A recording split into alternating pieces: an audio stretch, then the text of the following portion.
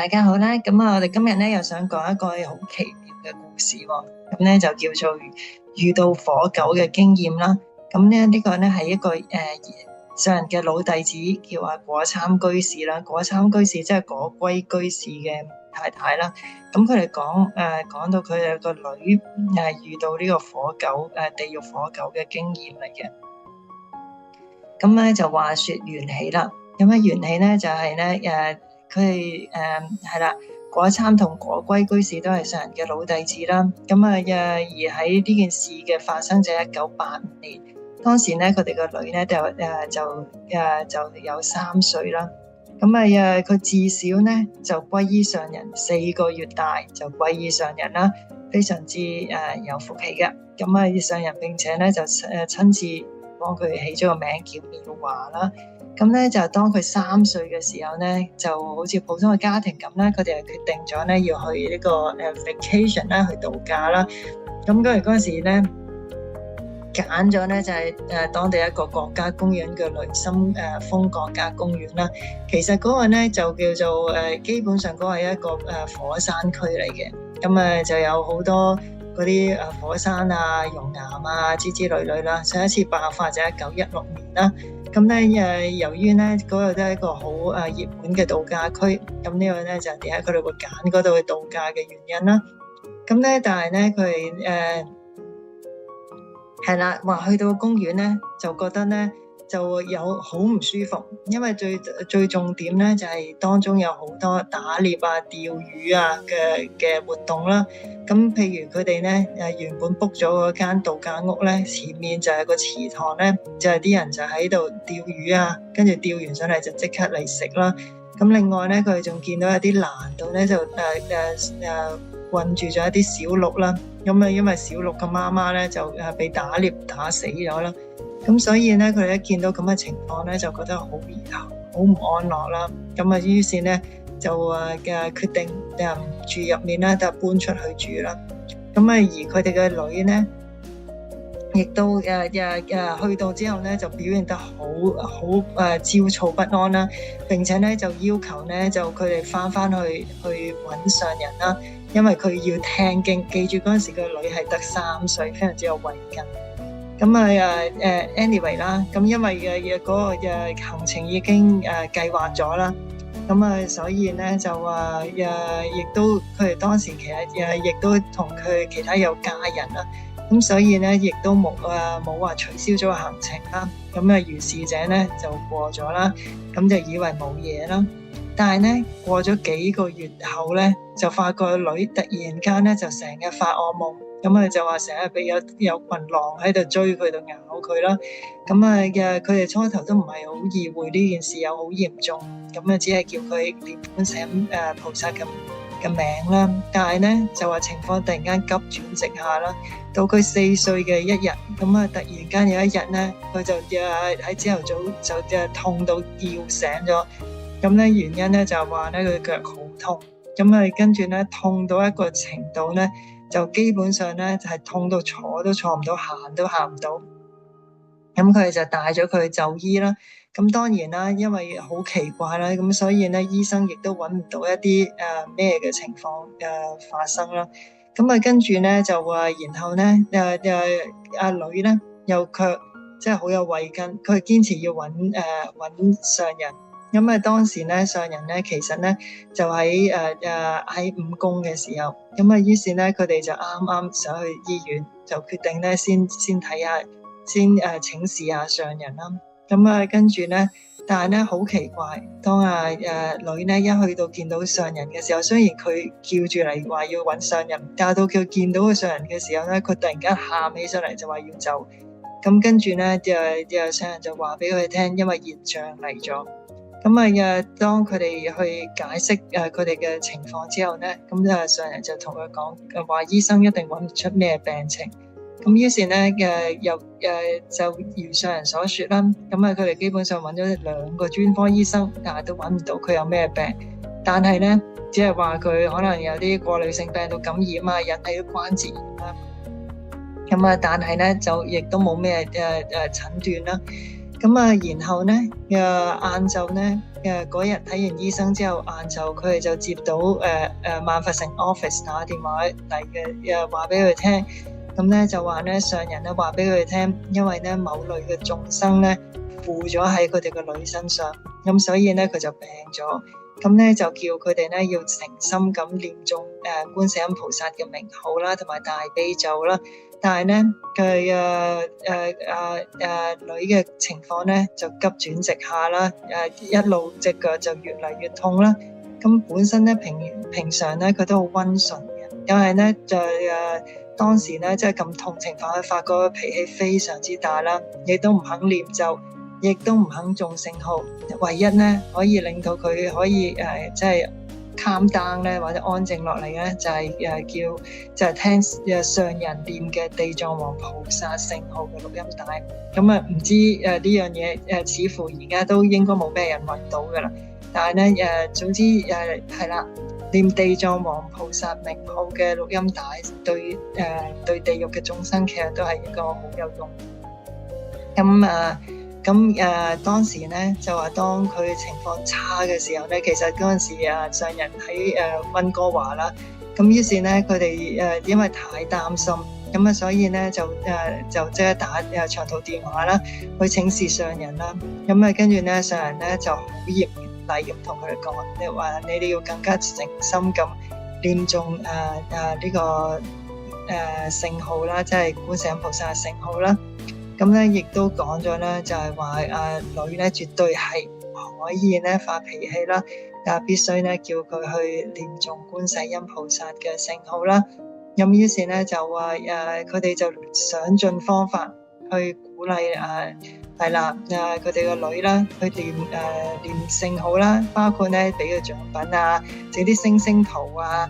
嘅編製一啲關於觀世音菩薩令到病情好轉嘅故事，呢個咧其實大家都可以參考下點樣去幫助啲細路咧，可以鼓勵佢哋去念聖號嘅。咁另外咧，阿女咧亦都特別咧話喺星星圖度要叫唔好敲叫呢一項咁啊，意思咧佢可以有得獎啦。咁呢個咧就係佢哋嘗試咗唔同嘅方法啦。咁跟住咧就然後咧上人咧當喺溫哥華翻嚟嘅萬佛城嘅時候咧，就直接去咗佢哋屋企喎，並且咧就坐咗好耐。咁就同佢哋講啦，因為咧火山係地獄嘅喺人間嘅試驗，呢個好重要啊！火山就係地獄喺人間嘅試驗，咁咧有好多眾生咧都住喺裏面嘅。咁跟住咧上人就解釋啦，因為喺佢嗰個雷森國家公園嗰度咧，其實有一隻火狗同埋佢嘅眷屬啦，就喺嗰度。咁佢哋住喺嗰啲岩洞入面，咁靠啲火啊同埋親心啦嚟成長嘅。咁所以咧佢哋本性係極其嘅惡劣啦，同埋好難馴服。咁當係啦，咁當佢哋去咗呢個公園嘅時候咧，隻火狗就睇中咗佢哋嘅女啦，就覺得好純潔、好可愛，所以咧就要整死佢，至佢可以做佢嘅眷屬啦。所以咧上人亦都已經同佢哋講，佢已經同個火狗嘅頭咧講掂數，咁咧就話放過放過阿女啦。但係咧由於有其他嘅火狗咧並唔同意啦，咁所以咧佢哋都要繼續努力念誦啦，咁先至可以令到佢咧逃出生天啦。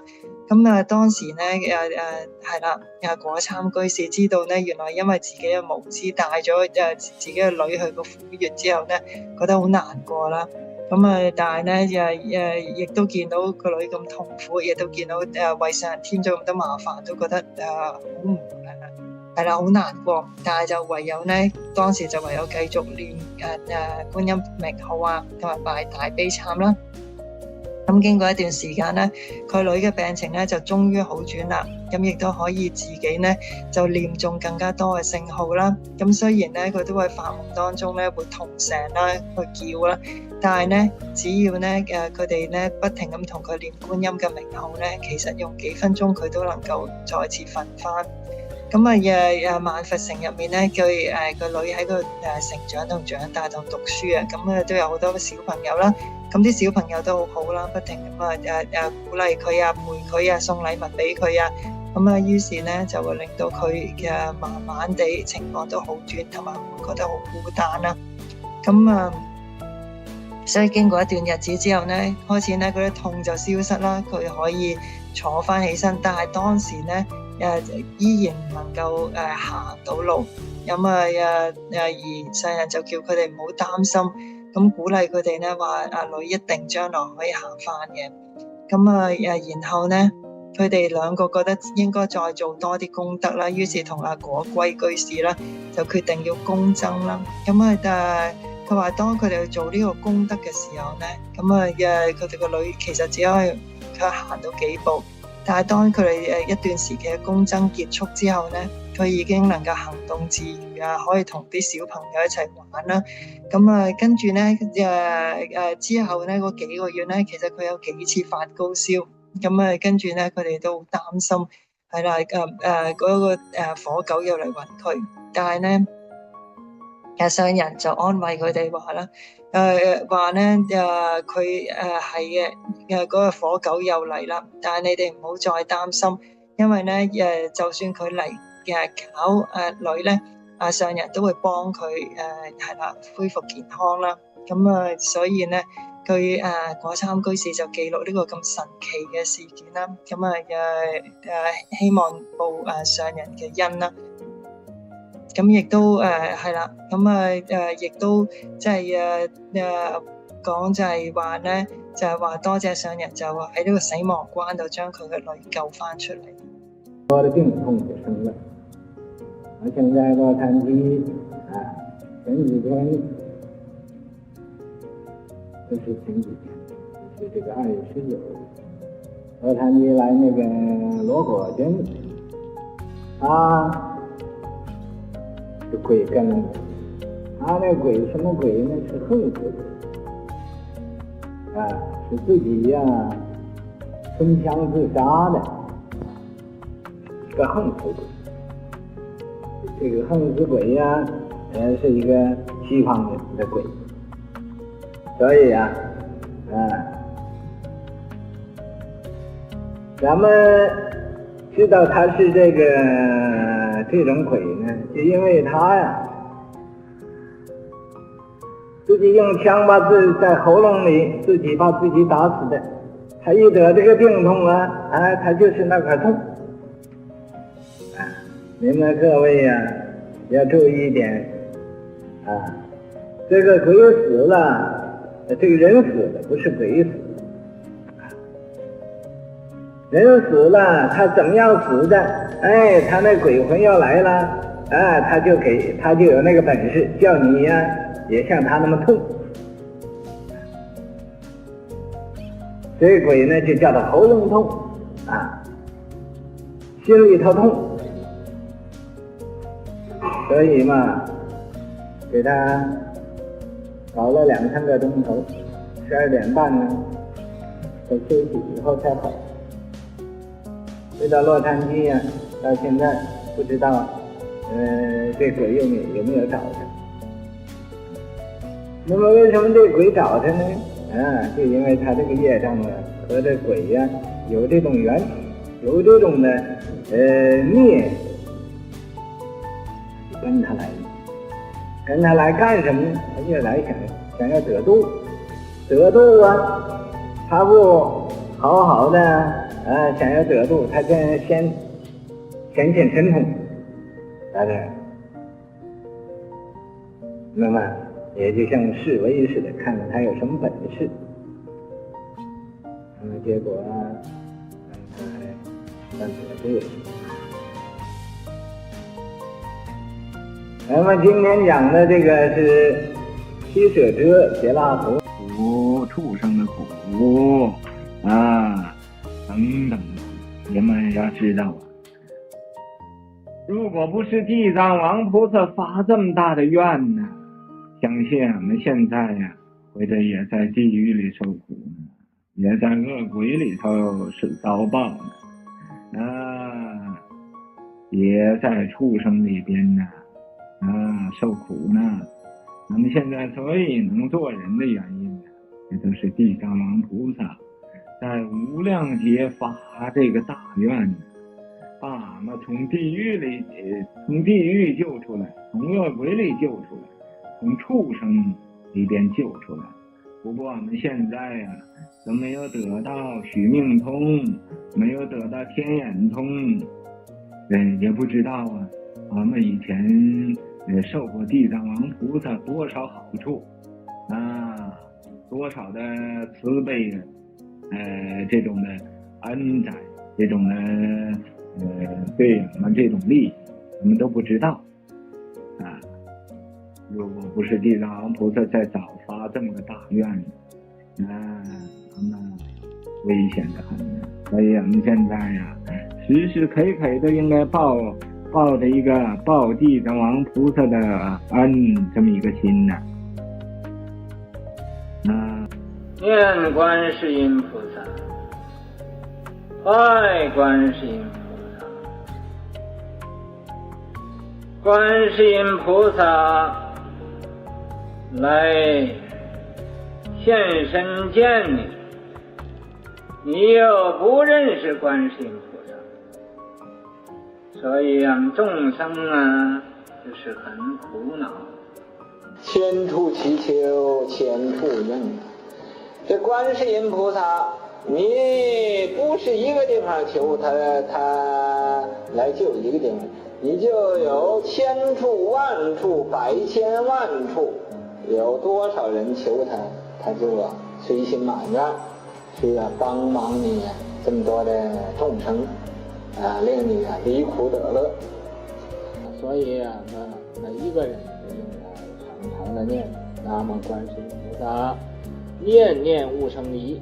你这个念的时候千万不要生疑心，不要说这念有什么用呢这念观世音菩萨这岂不是没有什么意思，天天念那观世音菩萨观世音菩萨你就生出疑心。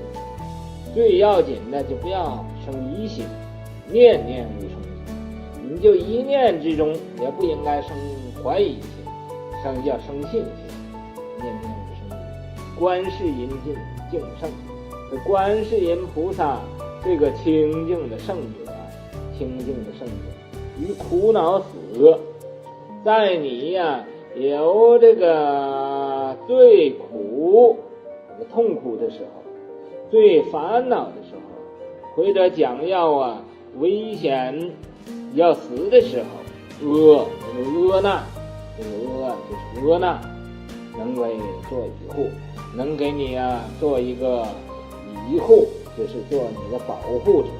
依是依靠，护就是保护着你，他能保护着你，你可以把你身心性命就交给观世音菩萨，观世音菩萨一定会帮你们，一定会保护着你。